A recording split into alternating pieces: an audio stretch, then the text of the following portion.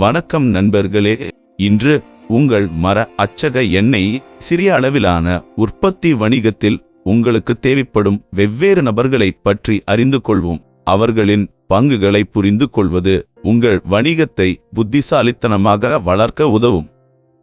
பணியமர்த்தல் உத்தியையும் நாங்கள் விவாதிப்போம். பணியமர்த்தல் செயல்முறையை எவ்வாறு படிப்படியாக அகற்றுவது, இதனால் உங்கள் செலவுகள் கட்டுப்பாட்டில் இருக்கும், மேலும் நீங்கள் லாபத்தை விரைவாக அடைவீர்கள்.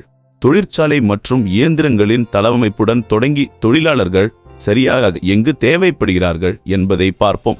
அதாக இயந்திர ஆபரேட்டர்கள், அவை இயந்திரங்களை இயக்கி பராமரிக்கின்றன.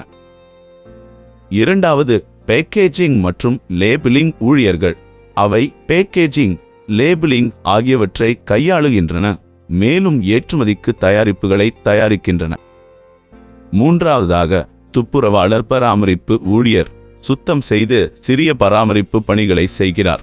காலப்போக்கில் உற்பத்தியை மேற்பார்வையிடும், தரமான தரத்தை உறுதி செய்யும் மற்றும் பணியாளர்களை நிர்வகிக்கும் ஒரு உற்பத்தி மேலாளர் தேவைப்படலாம்.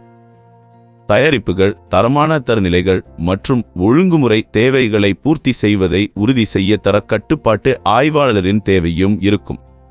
இப்போது 3 ஆண்டுகளில் இந்த நபர்களை உங்கள் வணிகத்தில் எவ்வாறு கொண்டு வருவது என்று பார்ப்போம்.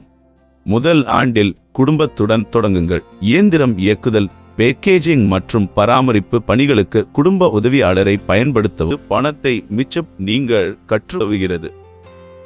2 அல்லது 3 ஆம் ஆண்டில் வெளி ஊழியர்களை பெறுவது பற்றி நீங்கள் சிந்திக்கலாம். நீங்கள் 100% திறனை அடையும் போது ஆண்டு 2 அல்லது 3 இல் தரக்கட்டுப்பாட்டு ஆய்வுக்கு ஒருவரை பணியமர்த்தவும்.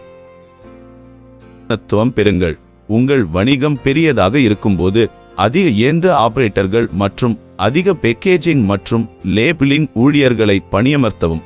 மேலும் ஒரு தயாரிப்பு மேலாளர் மற்றும் கணக்காளர் புக்கிப்பரை நியமிக்கவும்.